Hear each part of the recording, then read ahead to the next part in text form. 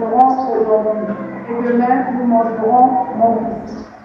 Nous avons fait cuire mon fils, et nous l'avons mangé. Et le jour suivant, je lui ai dit, donne ton fils, et nous le mangerons. Mais elle a caché son fils. Lorsque le roi entendit les paroles de cette femme, il déchira ses vêtements en passant sur la muraille. Et le peuple vit qu'il avait en dedans un sac sur son corps.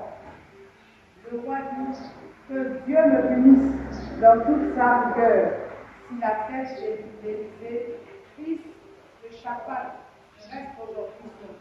Amen. Vous allez lire la suite à la maison. Deux femmes s'associent. Donc chacune d'elles a un enfant. L'association de la sorcellerie. Nous allons manger nos enfants.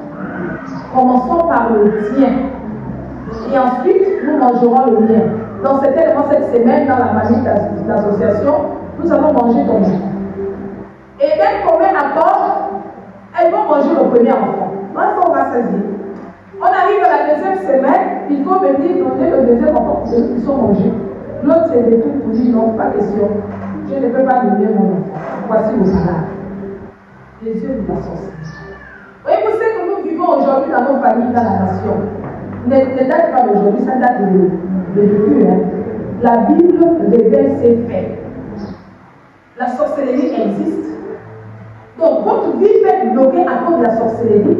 Peut-être que ton grand-père a mangé l'enfant d'autrui et que lui a caché ses enfants, donc les autres, là, les paroles qu'ils ont proclamées sur ta famille, continuent à poursuivre ta famille. Mais tu ne sauras jamais parce que lorsqu'ils ont mangé, tu n'étais pas. Parce que la sorcellerie, c'est les œuvres de la nuit. Les gens se retrouvent la nuit, ils font leur réunion, ils tuent la personne naturellement, elle meurt. Mais dans le monde des ténèbres, dans la spiritualité, la personne est dépassée comme vous dépassez le boulet. La personne est mangée comme on mange le boulet dans nos maisons, mais ça se passe dans le monde des ténèbres. Mais là, je vais vous voyez la personne qui est morte, on va enterrer, mais elle a été déjà mangée. Donc voici ce qu'ils ont fait de cet enfant. Maintenant, en retour, mangeant ton enfant, la femme dit non, mon enfant ne peut pas manger. Et bien, ce qui était censé être un secret n'est plus un secret. C'est maintenant sorti, c'est dehors.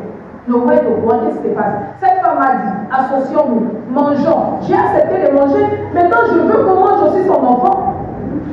Et elle ne veut pas qu'on mange son enfant. Est-ce normal? Non, c'est pas normal.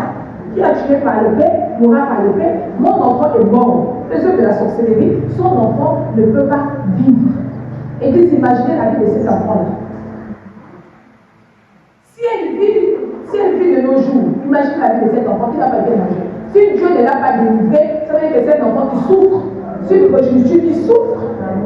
De génération en génération, les paroles des malédictions poursuivent cette famille. Pourquoi? Parce que la mère a mangé le sang d'autrui, a mangé ce qui n'appartenait pas, elle a voulu cacher sa progéniture. Le secret de la sorcellerie existe. Vous êtes beaucoup d'entre vous êtes victimes de l'œuvre de la sorcellerie. Donc vous n'avez même pas été présent, vous ne savez même pas comment ça s'est passé. Mais quelqu'un a parlé sur vous, quelqu'un a parlé sur ton nom. Avant que tu ne viennes, quelqu'un a parlé sur ton nom. Alors quand on a vu le prénom de Pélagie, il y a quelqu'un qui a parlé sur le prénom de Pélagie. Voici la raison de la sorcellerie qui te poursuit. Et le roi doit devoir pouvoir juger ce type de situation. Les œuvres de la sorcellerie existent. Et peut-être que là où tu es victime des œuvres de la sorcellerie. La sorcellerie sur le terrain familial, la sorcellerie dans le quartier, la sorcellerie au sein des entreprises, la sorcellerie, ça existe. Lisons ensemble Apocalypse 18, verset 23.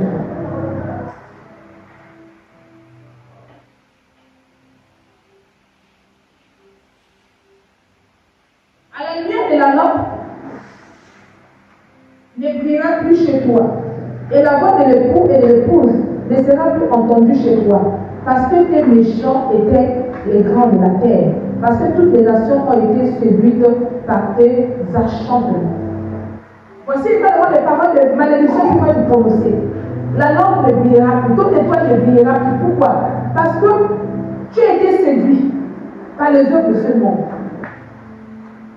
Nos familles aujourd'hui ont des difficultés, et ça se situe au niveau de toutes les familles africaines. Même si vous sortez de l'Afrique, vous voyagez, vous allez vous retrouver dans les mêmes situations. Je suivais un jour une jeune dame, il y a plus de 10 ans de ça. Elle vivait avec un blanc.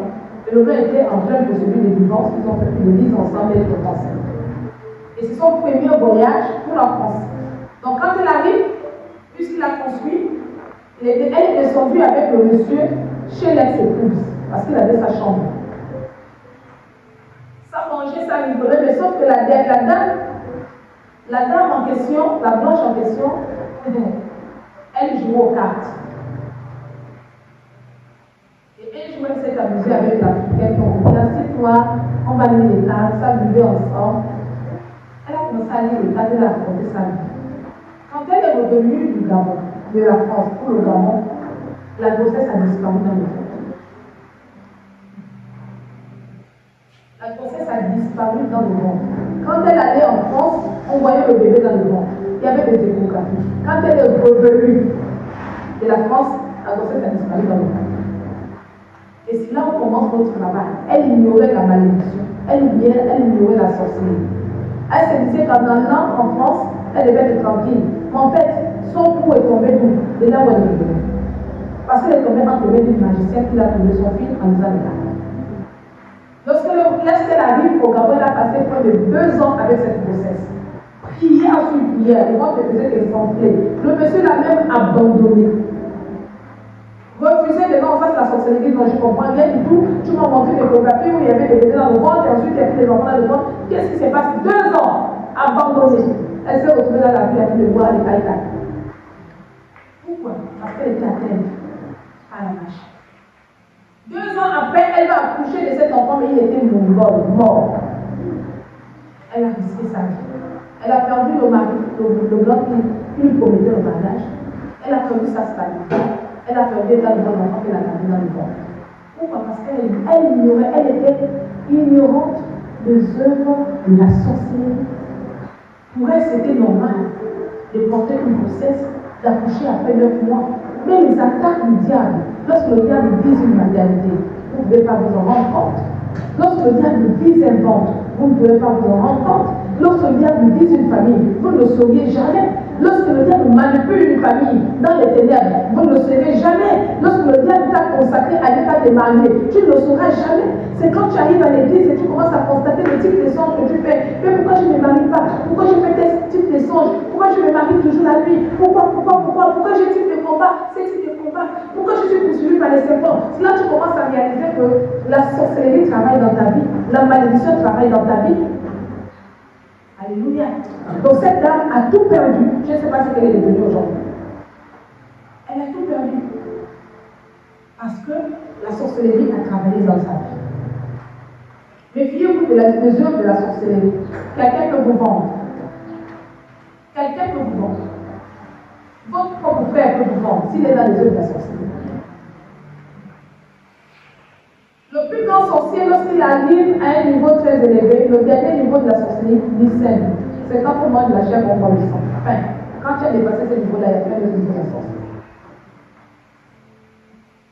Donc, quelqu'un peut manipuler votre étoile, manipuler votre vie, manipuler votre destinée. Vous n'êtes pas satisfait de votre vie, vous trouvez que ce n'est pas normal. Mais si vous ne vous cherchez pas, si vous ne cherchez pas le Seigneur, si vous ne tombez, vous n'avez pas la grâce de tomber dans le moment où vous cherchez sur un prophète ou un homme de Dieu qui peut vous orienter, vous allez finir votre vie comme ça. Parce que quoi? Lorsque les sorciers se réunissent pour détruire une destinée, pour détruire une vie, ils ne s'amusent pas.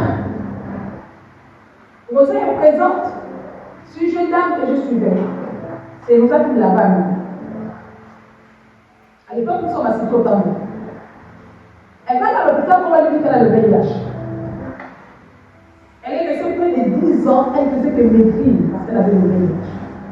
Et un jour, Dieu va permettre que je puisse avoir un entretien avec elle, on va passer à prier.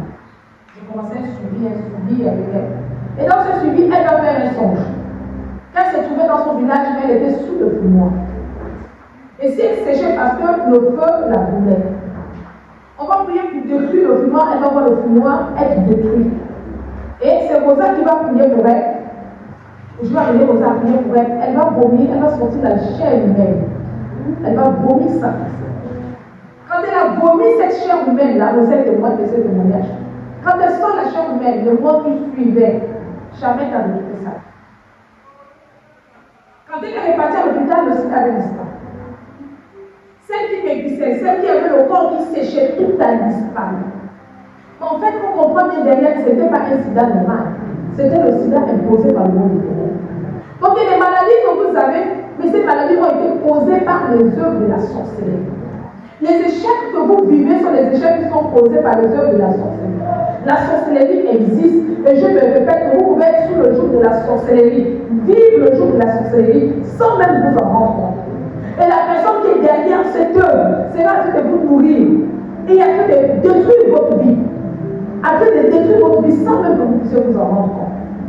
C'est pourquoi le chrétien doit beaucoup prier. Le chrétien doit beaucoup chercher la face de Dieu. Le chrétien doit beaucoup se faire, souvent j'appelle ça un scanner spirituel. Seigneur, qu'est-ce qui est caché dans ma vie? Qu'est-ce qui ne va pas dans ma vie? Seigneur, révèle-moi les secrets de ma vie. J'ai envie de comprendre comment ma vie fonctionne. Tu peux traîner une malédiction pendant 15, 20 ans, 30 ans. Tu peux traîner cette malédiction. Et si Dieu ne te fait pas grâce, Église, tu mourras à vie. Voici Charmette, qui a été délivrée. Aujourd'hui, je crois qu'elle est aux États-Unis et en France. Elle est aux États-Unis ou en France. Pourquoi? Parce que Dieu l'a fait grâce. Mais elle était sous le joug de la malédiction. Je suivais une autre dame un jour. Elle va se marier. Quand elle a fini de se marier, la belle-mère va lui poser la question est-ce que tu peux me passer la commande? Elle prend sa commande, elle est dans sa belle-mère. Elle a donné la commande à sa belle-mère et a dit maman, tu peux prendre sa numéro. Et d'accord, elle est partie, la commande est restée entre les mains de la belle-mère. Quand elle fait demander à la belle-mère la commande, ça fait que tu lui sois la commande a disparu. Je ne sais pas qui a pris la commande. Quand la belle-mère a gardé la commande, c'est là où elle a fermé le ventre de la femme. Cette dernière est restée là pendant des années, à train de chercher les enfants. Pourquoi? Parce que la belle-mère n'a jamais aimé ce mariage. Elle a frappé le ventre de sa fille. C'est quand nous allons prier que le Seigneur va m'amener à voir ce qui s'est passé sur sa promesse. Qu'est-ce qui s'est passé sur sa promesse? Oh, mais ça fait longtemps, c'est ma belle-mère qui a pris la promesse. Quand je lui ai demandé, j'ai laissé tomber. Va demander à ta belle-mère ta promesse. Quand elle va demander la promesse à sa belle-mère, ça va poser tout un problème. Après combien d'années de mariage, pourquoi viens-tu me demander la promesse? Le fils elle dit maman, donne la promesse à cette fille-là, c'est tout. Ça crée des problèmes. Maman, est-ce que tu as encore ma promesse? C'était la seule question. Est-ce que tu as encore ma promesse? Je ma soeur qui veut se marier, oui, je vais faire ta promesse. Tu n'as pas trouvé de promesse, on marche, ça crée des soucis. On a prié aujourd'hui, elle fait ses enfants tranquillement. Le Seigneur l'a béni. Que cela soit ton partage. Amen. Donc, vous pouvez être victime de la malédiction. Notez le premier point, c'était la désobéissance. La désobéissance face au principe de Dieu. Attention à ne pas désobéir au principe de Dieu. Attention, lorsque vous voulez comprendre comment fonctionne les malédictions, allez dans le Deutéronome 28, vous comprenez comment Dieu parle de malédiction et de bénédiction. La condition est celle-ci: si tu obéis au principe de Dieu, tu seras béni dans les villes, tu seras béni dans les champs. Mais si tu n'obéis pas au principe de Dieu, tu seras maudit. Le Deutéronome 28. Nous continuons avec le point 3. Les problèmes liés à l'hérédité. Quelqu'un peut m'aider? Avec Jean 3, verset 6. Jésus dit, en passant un homme aveugle de naissance. Les disciples lui firent cette question. Rabbi, qui a péché, cet homme ou ses parents, pour qu'il soit né aveugle? Jésus répondit, ce n'est pas que lui ou ses parents aient péché, mais c'est afin que les œuvres de Dieu soient manifestées en lui. Amen. Amen. La question qui est posée à Jésus, pourquoi cet enfant est né aveugle? Est-ce parce qu'il a péché? Est-ce parce que ses parents ont péché? Jésus va répondre non, pas parce qu'il a péché, pas parce que ses parents ont péché, tout simplement parce que je veux que mon nom soit glorifié. Donc la maladie de ces jeunes hommes n'a rien à voir avec ses parents, rien à voir avec l'hérédité. Il peut arriver que vous ayez une situation qui arrive dans votre vie, mais qui n'est attachée nulle part avec les œuvres de la sorcellerie. Il y a des personnes qui évitent des maladies de leurs parents. Vous allez voir dans une famille, le père a souffert de la tension, la mère a souffert de la tension, Les enfants vont souffrir de la tension, les petits-fils vont souffrir de la tension. Et quand tu poses la question, non, maman souffrait de ça, papa souffrait de ça. Ça, c'est héréditaire. Vous savez, dans la famille, la personne va te dire que non, dans ma famille, là, tout le monde souffre de la bronchite, c'est un problème héréditaire. Dans ma famille, tout le monde souffre d'estomac, c'est un problème héréditaire. Et les maladies qui sont héréditaires. Mais la parole de Dieu nous dit qu'il est venu briser les liens de la servitude. Ce que ton père a connu, tu n'es pas obligé de passer par là. Si ton papa souffrait de la bronchite ou bien de la tuberculose, est-ce que tu es obligé d'attraper cette maladie? Si ton papa souffrait de la tension, est-ce que tu es obligé d'attraper cette maladie? Souvent, les gens sont heureux de savoir, non, c'est une maladie des familles, il n'y a pas de souci. Il n'y a pas de maladie des familles, c'est une malédiction. L'hérédité est une malédiction. L'hérédité est une malédiction. Donc, si quelqu'un a souffert de cette maladie, il faut couper les liens. C'est-à-dire, je ne veux pas de cette maladie. Je ne passerai pas par là où mon père est passé. Je refuse cette maladie.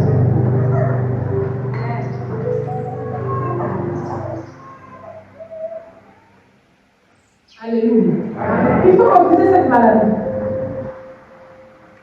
Si je demande à quelqu'un, à 2 ou 3 personnes, 10 personnes de lever les mains ici, plusieurs vont me dire que non, c'était la maladie de mon père, la maladie de mon père, mon grand-père souffrait de ça. Tout le monde va dire que non, on souffrait de ça, on souffrait de ça. Mais c'est une maladie héréditaire. La maladie héréditaire est due à la malédiction. Est-ce que tu es obligé de souffrir? Est-ce que tu es obligé de reproduire ce que tes parents reproduisent? C'est vrai que nous sommes liés par le sang. Le sang est déjà en amont maudit. Mais Jésus est venu purifier le sang. Jésus est venu rendre notre sang libre.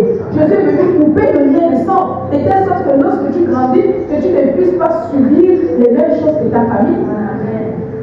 Amen. Est-ce que c'est bon pour quelqu'un? Amen. Les problèmes liés à l'orgueil. Un lecteur, s'il vous plaît. Romains 16.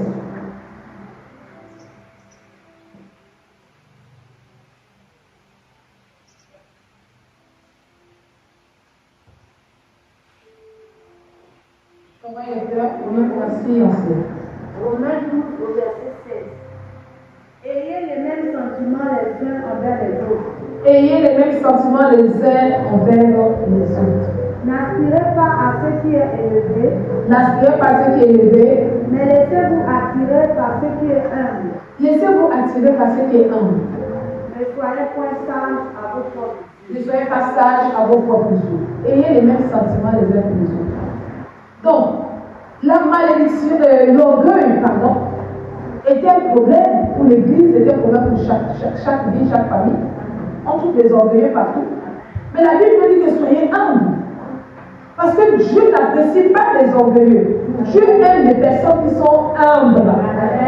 Amen. Voici ce que le Proverbe 11:2 nous dit. Quand vient l'orgueil, vient aussi le mépris. Mais la sagesse est avec les envieux. Quand l'orgueil s'élève, le mépris s'élève. C'est facile de reconnaître des personnes orgueilleuses. Les personnes orgueilleuses sont remplies de Dieu. Lorsque tu dis bonjour, moi ça te regarde comme ça. Qui es-tu? Et là, comment tu es vêtu? Tu n'as pas les mêmes vêtements que moi. Lorsque tu tends la main, tu dis non, tu n'es pas de ma catégorie, tu n'es pas de la même. Non, elle te regarde. On reconnaît les personnes orgueilleuses. On peut te reconnaître également par la manière des réponses, même c'est-à-dire il y a le regard qui prouve que tu es orgueilleux, il y a également des réponses qui montrent que tu es orgueilleux. Mais l'orgueil n'attire pas la présence de Dieu. Le premier orgueilleux de ce monde-là, c'est Satan. Il y a eu la guerre dans les cieux. De cette guerre-là, Satan a été jeté sur la terre à cause de l'orgueil. Il a voulu construire son temple à côté de Dieu. Et Dieu n'aimant pas les orgueilleux, il a rabaissé le diable. Amen. Et la main de Dieu te délève. Amen. Proverbe 8, verset 13 dit: craindre l'Éternel, c'est détester le mal. L'arrogance, l'orgueil. La voix du mal et la bouche perverse, voilà ce que je déteste. Voici ce que Dieu déteste, l'arrogance. Souvent j'entends les gens dire, moi je veux lui dire ce que je pense. De toutes les façons, je n'ai peur de personne, je dis c'est l'orgueil, c'est l'arrogance. Si tu es comme ça, il faut casser ça.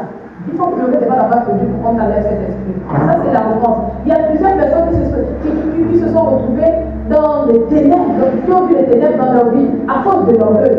Il y a des gens qui vous ont fait du mal parce que vous avez mal de vous. Il y a des gens qui vous ont volé du bien parce que vous avez pensé que c'est vous qui savez parler. La Bible demande d'être humble. Dans la vie, l'humilité attire la grâce. Donc Dieu déteste l'arrogance, Dieu déteste l'orgueil, Dieu déteste le mépris. Amen. Nous lisons le dernier verset. 1 verset 7. Mais l'Éternel dit à Samuel, ne prête pas attention à son apparence et à sa grande taille, car je l'ai rejeté. En effet, l'Éternel n'a pas le même regard que l'homme. L'homme regarde à ce qui frappe aux yeux, mais l'Éternel regarde au cœur. Samuel va aller poindre David, et quand il a vu, il trouve son apparence attire le regard, c'est un homme fort, un homme beau.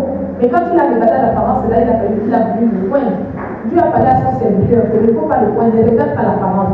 Il a été rejeté parce qu'il est orgueilleux. Donc il y a des personnes ici qui ne bénéficient pas de la grâce de Dieu. Vous cherchez quelque chose, vous ne pouvez pas l'avoir parce que vous êtes orgueilleux. C'est difficile aujourd'hui de voir les gens, même dans la présence de Dieu, Seigneur, pardonne-moi, je reconnais que j'ai péché. Nous avons du mal de descendre devant Dieu.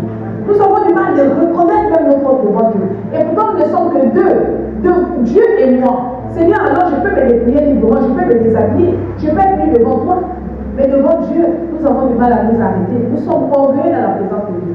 Nous avons du mal à mettre nos genoux au sol. Nous avons du mal à confesser nos péchés. Nous avons du mal à tout faire. Mais si vous avez du mal à confesser vos péchés devant Dieu, ce n'est pas devant un homme que vous pouvez confesser vos péchés.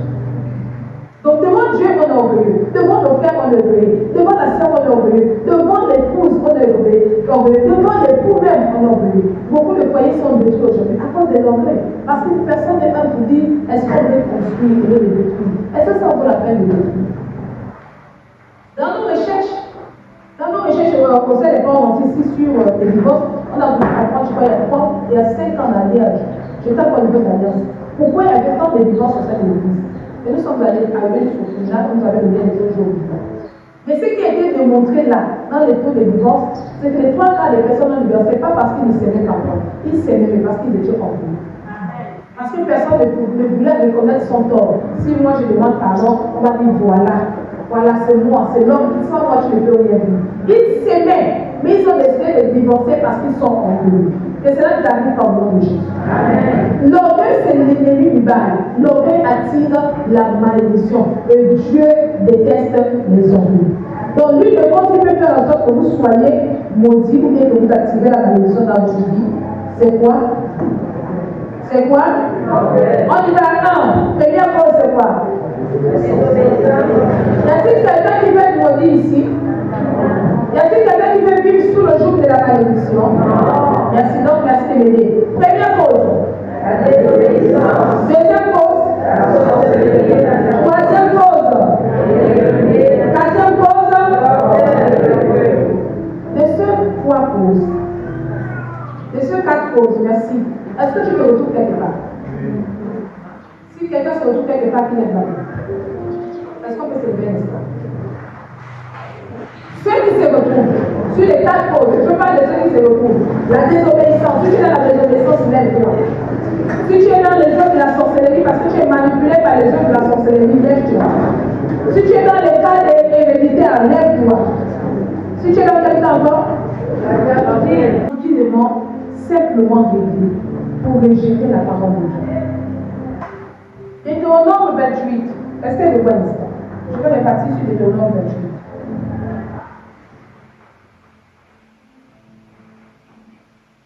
Si quelqu'un me précède sur Deutéronome 28, il m'aide.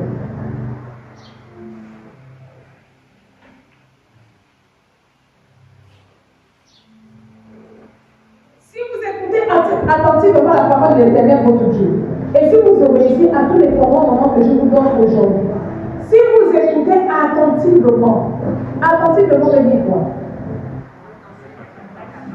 Alors, avec attention, enlevons attention, autre chose. Avec précision, sérieusement, n'est-ce pas? Donc, si vous faites attention, si vous êtes sérieux, donc il y a écouter la parole et écouter la parole. Tous ce matin n'écoutent pas attentivement la parole de Dieu. C'est que juste à m'efforcer de sortir à la chair, vous n'êtes pas tous attentifs. On dit si vous écoutez attentivement la parole de Dieu, la suite si vous obéissez aux commandements qui sont précis. Écoutez attentivement la parole de Dieu. C'est comme votre enfant lorsque vous envoyez église l'enfant à l'école. Il y a certains qui écoutent et d'autres qui écoutent attentivement. Un enfant qui était attentif en classe, lorsqu'il viendra à l'école, même s'il n'a pas ouvert son cahier, il nous fera le bon moment. Dieu veut des enfants attentifs. vous appliquez, alors l'Éternel votre Dieu vous fera devenir la première de toutes les nations de la terre. Vous savez le premier, je suis dans la version de Seigneur. Il fera de vous le premier, donc vous savez la tête et non la queue. C'est lui qui veut prospérer dans un domaine bien précis. Nous sommes dans cette saison. Mais il faut être obéissant au principe de Dieu. Tu veux posséder ta saison, sois obéissant au principe de Dieu. Tu es chrétien, tu ne peux pas mener ta vie en désordre. Ta vie ne t'appartient plus. Elle appartient à Dieu. Tu es un propriétaire. Est-ce que votre enfant que vous nourrissez peut sortir de votre maison sans vous rendre des comptes? Quelqu'un dit Amen. Quelqu'un dit Alléluia. Est-ce que vous allez permettre à un enfant de 10 ans, 12 ans, je me vois même avec les miens, sortir de la maison, il sort et il rentre comme il veut. C'est lui qui prend de la porte. Papa, je ouvre la porte. Vous n'allez pas le chuter? Qui a déjà chuté son enfant? Soyons vrais. Moi, je le fais. Je vais faire taper le gars 2 fois la bouche. Parce qu'il n'est pas normal qu'il cogne à ma porte alors que je le rends. N'est-ce pas? Donc imaginez maintenant, faites maintenant le tour, que ça soit Christ. C'est-à-dire que vous rentrez en retard sans rendre de compte et vous dites à Dieu, Papa mon Dieu, ouvre-moi la porte. C'est bête, mais c'est ce que nous faisons lorsque nous obéissons par la parole de Dieu. Nous rentrons comme nous voulons, nous sortons comme nous voulons et nous trouvons que c'est normal. Le royaume est fait de principes, le royaume est fait de lois, le royaume est rempli de commandements et les enfants du royaume doivent vivre selon les lois, les principes, les commandements qui sont établis. Donc le fait de ne pas obéir aux lois et aux principes de Dieu, vous êtes appelé à dire à Dieu, Papa mon Dieu, ouvre-moi la porte, Papa mon Dieu, je sors, Papa mon Dieu, ouvre-moi la porte, Papa mon Dieu, je sors. Non, le royaume ne fonctionne pas comme ça. Quelqu'un qui veut être béni, il doit avoir un bon comportement. Amen. Le verset 2 dit, si vous obéissez à l'Éternel votre Dieu, voici toutes les bénédictions dont Dieu vous comblera. Notez bien, si vous obéissez à tous ceux qui sont appelés à prier, Seigneur, la saison, là, je vais la posséder. La saison, posséder une saison. Le secret, c'est obéir au roi de Dieu. Amen. Elle me dit Amen. J'ai l'impression que tu n'es pas avec moi ce matin. Si vous obéissez à l'Éternel votre Dieu, voici toutes les bénédictions dont Dieu vous comblera. Souvent, c'est pas la question, j'ai pris, Dieu ne m'exauce pas, je jeûne, Dieu ne me regarde pas, je suis présent à l'église, Dieu ne me bénit pas. Quand Seigneur viendra, tu es à mon aide, est-ce que tu es obéissant? Lève la main. Est-ce que tu es obéissant? Lève encore la main, lève la main. Est-ce que tu es obéissant? Est-ce que tu es obéissant? Alors que tu lèves la main, prie. Si tu te revenais quelque part désobéissant, prie. Tu as la main levée, prie. Il dit voici la condition c'est l'obéissance. La condition c'est l'obéissance. Dieu aime les personnes obéissantes.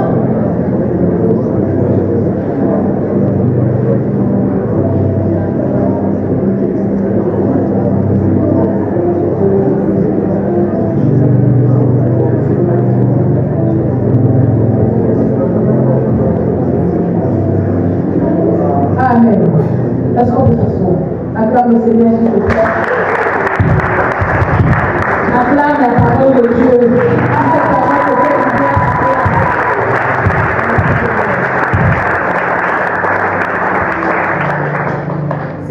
Le verset de si vous obéissez à l'Éternel votre Dieu, voici toutes les bénédictions dont Dieu vous comblera. Vous réjouirez de ces bénédictions en la ville comme dans le champ. La version du second dit tu seras béni dans les champs, tu seras béni dans les vignes. Tu as un riche, tu seras béni. Donc l'obéissance à la parole de Dieu fait en sorte que vous attirez la bénédiction dans vos vies. Lève la main. Tu commences à être discret, lève la main. Quelqu'un dit Jésus, ouvre ma tête, que je saisisse attentivement ta parole. Que ça coule comme l'huile et enrichisse mon esprit au nom de Jésus. L'obéissance, Église, à la parole de Dieu. Nous entrons dans une saison formidable. Lorsque vous faites lecture, sans même être chrétien, vous faites lecture des temps dans lesquels nous sommes, vous allez vous rendre compte que la saison est bonne. Mais qui va posséder une saison bonne? Est-ce une personne qui est désobéissante? Vous ne pouvez pas bénéficier de la grâce de Dieu si vous n'êtes pas une personne désobéissante. Dieu vous attend dans la pleine obéissance. Vous pourriez non plus posséder la saison si vous vivez ce qu'on appelle la malédiction. Si vous êtes sur le jour de la malédiction. Souvent, on le voit et vous serez d'accord avec ce que je suis dire. Vous prenez votre dossier, vous allez déposer un endroit. Vous avez tous le même niveau. Mais quand tu arrives, tu as plus de compétences parfois que l'autre. On ne te prend pas. On prend quelqu'un d'autre. On t'a pris, lui on m'a pris, comment on m'a pris. J'étais sûre qu'on allait le prendre. C'est la malédiction. Souvent nous sommes dans la non, c'est pas ce que Dieu voulait me donner. Tu es sous le jour de la malédiction. Le diable te joue. Le diable te vole. Arrête de te justifier. Cherche le Seigneur. Arrête de subir la malédiction. Cherche le Seigneur. Tu es assis à te subir les œuvres de la sorcellerie, mais tu ne veux pas prier. C'est toi qui ne veux pas prier. Tu subis la sorcellerie, te manipule toute la nuit. Ça danse sur ton lit. Il y a des gens, même quand tu les entends faire des témoignages, je dormais et j'ai vu comme si on bousculait mon lit. C'est comme si les eaux bousculaient mon lit, c'est comme si j'étais dans les eaux. Mais c'est la sorcellerie. Tu dors la nuit, mais ton lit, c'est des eaux. Le monde des eaux agit sur ton lit. Et c'est toi qui ne veux pas prier, c'est toi qui ne veux pas jeûner, c'est toi qui te plains en plus. Mais les hommes de la sorcellerie s'amusent avec toi. Il est venu libérer les captifs. Amen. Il est venu libérer les captifs. Amen. Mais il ne libère pas n'importe quel captif. Il libère celui qui est conscient, qui décide de sortir de sa situation. Amen. Il y a des gens, même si vous leur donnez de l'or sur un plateau, ils vont te dire prends l'or, la mets ça sur la terre. J'aime le reprendre. Il y a des gens, même si vous prenez de l'or, vous mettez sur le plateau, ils vont te dire non, moi je n'ai pas besoin de plateau. Prends l'or, la jette ça au sol, même dans le toilette, je vais prendre. Parce que c'est là une mentalité. La mentalité de pauvreté. Ça ne veut pas réfléchir, ça ne veut pas fournir des efforts, ça veut rester là. C'est-à-dire, même si tu veux la déplacer la personne, elle sera toujours là pour te regarder comme ça. Non, moi je suis bien là où je suis bien. Mais ce n'est pas là où Dieu t'attend. Dieu vient te déplacer. Elle m'a dit amen. Amen. 5. Les problèmes liés à la malédiction générationnelle. Nombre 14, verset 18. Nombre 14, 18. Un lecteur. Sur le dernier, on va s'arrêter sur ce point. Nombre 14, 18.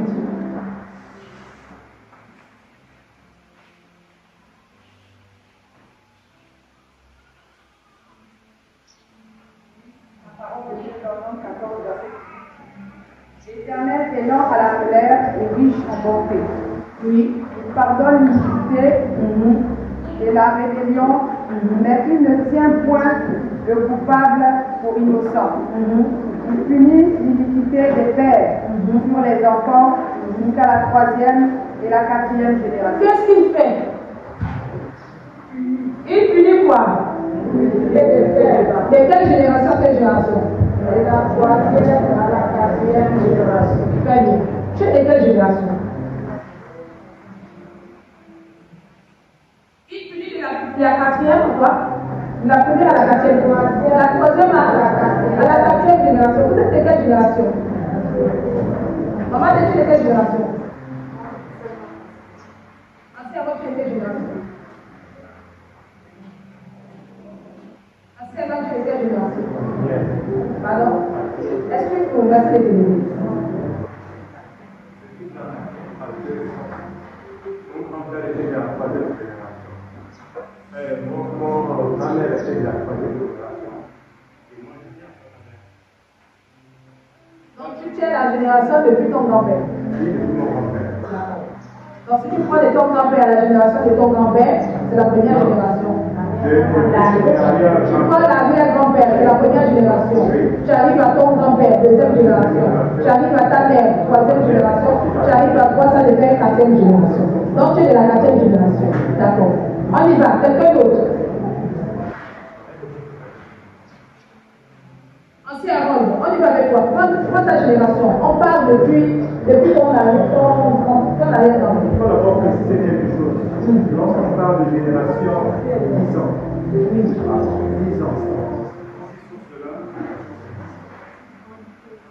On parlait de parents et la génération ramène à 10 ans. Moi, je disais 40 ans. Oui. D'accord. Si on parle de la 5e génération, c'est à 40 ans. Donc, on se projette à 40 ans.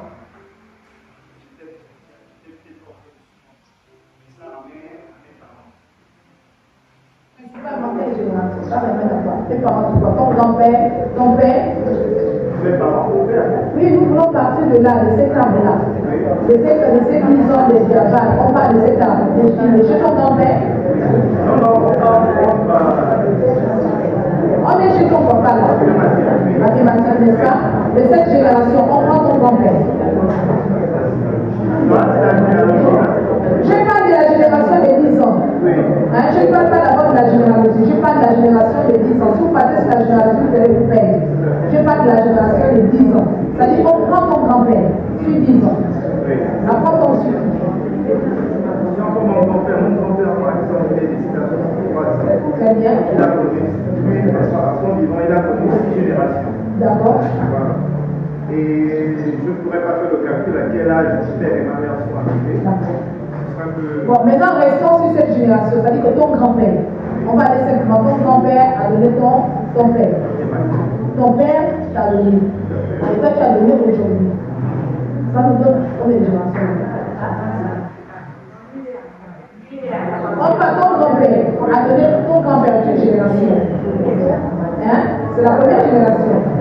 Ton grand-père est une génération. Hein? Tu me suis? Ton grand-père est une génération. Donc il a vécu ses 70 ans. Mais ton grand-père enfante une génération. La génération de ton père. C'est une deuxième génération. Et ton père vient enfanter toi. Tu es une génération. Troisième génération. Et toi tu viens enfanter Stan. Ou encore la quatrième génération. On parle de cela, je suis ça simplement. Ça veut dire qu'ici, nous comptons Dieu punit de la première à la troisième génération. De la troisième à la quatrième génération. Il est de la troisième génération. Maintenant, il nous dit qu'il est lent à la colère. N'est-ce pas? Donc, si nous remontons, c'est parce qu'il faut remonter les histoires des familles, les malédictions générationnelles des familles. Vous allez comprendre que la malédiction qui s'élève au niveau du grand-père peut poursuivre encore ici, parce qu'il faut arriver à la troisième génération pour capter, pour venir bloquer cette malédiction. Ça veut dire que cette malédiction, on est encore dans cette lignée de malédiction. Amen. On est dans cette lignée de malédiction. Mercredi, je prendrai le temps d'expliquer cela. On est dans cette lignée de malédiction. C'est pourquoi vous allez vous rendre compte qu'il y a des choses, il y a des vertus. Il n'y a pas de vertus dans le monde des ténèbres si quelqu'un ne sait pas lever pour venir couper le monde. Si vous ne devez pas venir couper la malédiction, j'ai connu une famille. Dont le grand-père était un grand batailleur. C'est-à-dire que lorsqu'on décidait d'aller combattre notre clan, il fallait qu'il soit devant parce que c'était un guerrier. Et c'est toute la famille dont leur sang sont les guerriers. Donc quand tu fais la délivrance à la fille, elle se manifeste. Elle est de la troisième ou quatrième génération. L'esprit qui se manifeste là, c'est l'arrière-grand-père. Il donne son nom dans son nom. Donc moi j'écris et je pose la question. Tu as connu cet homme-là? Oh non, je ne l'ai pas connu. Moi je ne connais pas l'histoire. Ta famille, et non, je ne connais pas. Mais d'abord, on va tout casser à l'église. À l'époque, c'est la race chrétienne. Après, il va demander à tes parents, elle va demander à sa mère. Et tu as connu cet homme. Mais c'est ton grand-père, non? Mais c'était un guerrier. Oh, mais il s'est manifesté en moi. Elle ne l'a pas connu. Elle est de la troisième génération. Mais quand il s'est manifesté, il a donné le nom. C'est moi, le guerrier. C'est la famille des guerriers. Notre travail, c'est de se battre. Les hommes, on tape. Commando, on se bat, on tape. Donc, vous ne pouvez pas l'attraper. Pourquoi? Mais la pauvre, elle veut bien se marier, mais elle est confrontée à cette situation. Chaque fois qu'elle se met avec un homme, quand elle décide de taper, elle fait le ventre de l'espénètre.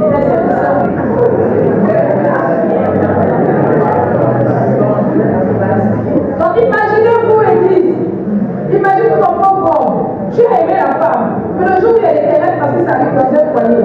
Madame te dit, bon, ça veut prendre tu l'as, ça prend, tu fais ça. Lorsqu'elle sort, elle a bien fermé les portes et les fenêtres. Elle prend les clés, elle va cacher. Donc tu ne peux pas sortir. Quand les voisins vont défoncer la porte, tu es déjà le public. Donc chaque foyer où elle est rentrée, c'était ainsi. Alléluia. Mais elle se posait la question, pourquoi je suis, pourquoi? Et c'est comme Dieu va permettre qu'il y ait cette rencontre. Qui va voir cette rencontre que le démon là va parler. L'esprit guerrier de son arrière-grand-père va se lever, va donner le nom du village.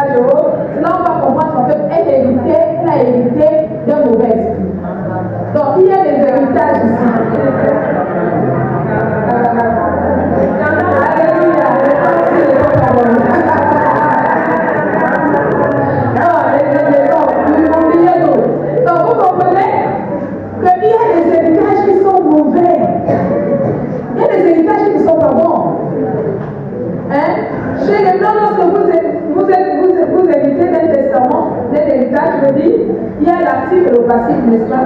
Merci. Maintenant, chez les noirs aussi, vous devez tout éviter. L'actif et le passif. Vous évitez du nom. Ben d'accord, merci Seigneur. C'était le nom de mon grand-père, un grand nom. Mais ce qui était derrière le nom, vous évitez également. Donc quand tu portes le nom de X, tu portes le nom de Y, tu es l'homonyme de X, tu es l'homonyme de Y. Qu'est-ce qui était caché derrière ce nom? Mieux encore, je vais trouver les gens. Je vais trouver les gens et là je vais trouver les femmes. Nous qui avons porté le nom des X là, on est content de porter le nom. Eux-mêmes, ils n'ont pas brisé les noms même là. Mais quand vous regardez leur famille, c'est rempli de problèmes. Donc à ce que nous avons ajouté les problèmes de leur famille. Donc ce sont des problèmes qui sont liés aux malédictions que nous portons sans le savoir. Nous avançons, nous dormons avec sans le savoir. Nous avançons avec sans le savoir. Alléluia. Amen. Alors, j'ai pris le Seigneur que me ces 6 points, 7 points donnés, que le Seigneur les délivre. Amen. Alors, je pose la question. De ces 7 points, le premier sur lequel, le premier lié. On y va ensemble. Les problèmes liés à l'obéissance. Deuxième problème, les problèmes liés. Troisième, quatrième.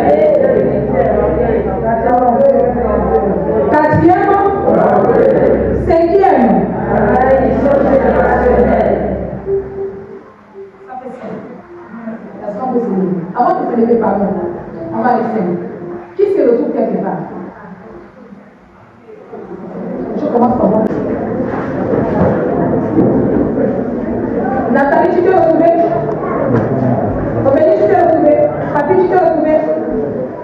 Papi, tu t'es retrouvé? D'accord. Conseiller, tu t'es retrouvé? Oh, tu t'es retrouvé? Amen. Tu t'es retrouvé? Christiane, tu t'es retrouvé? Gloire à Jésus. Tu t'es retrouvé? Oui, la page des heures de prière, c'est quelle page? La page 12, c'est la page des heures de prière. Maintenant, je donne les heures de la semaine. Nous allons avoir les mêmes jours. 3 heures. 3 heures.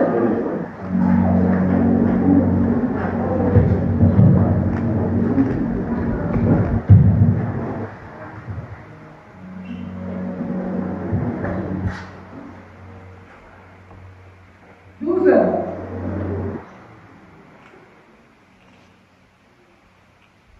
Ici, le lundi, mardi, jeudi, parce que samedi, c'est même ici.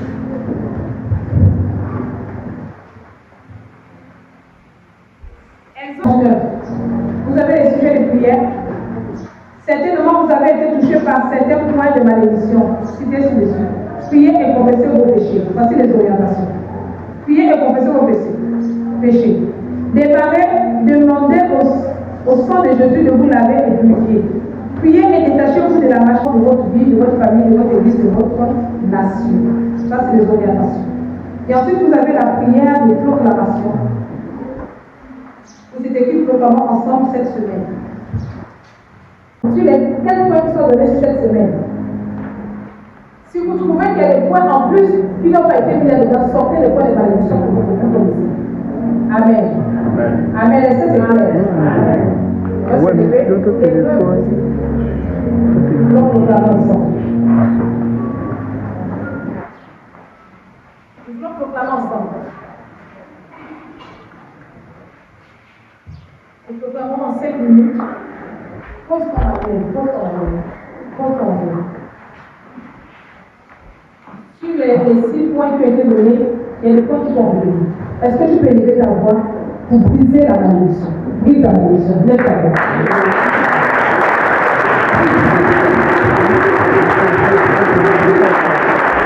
Enlève-le.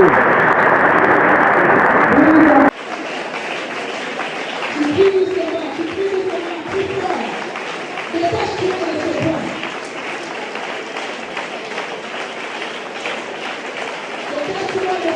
de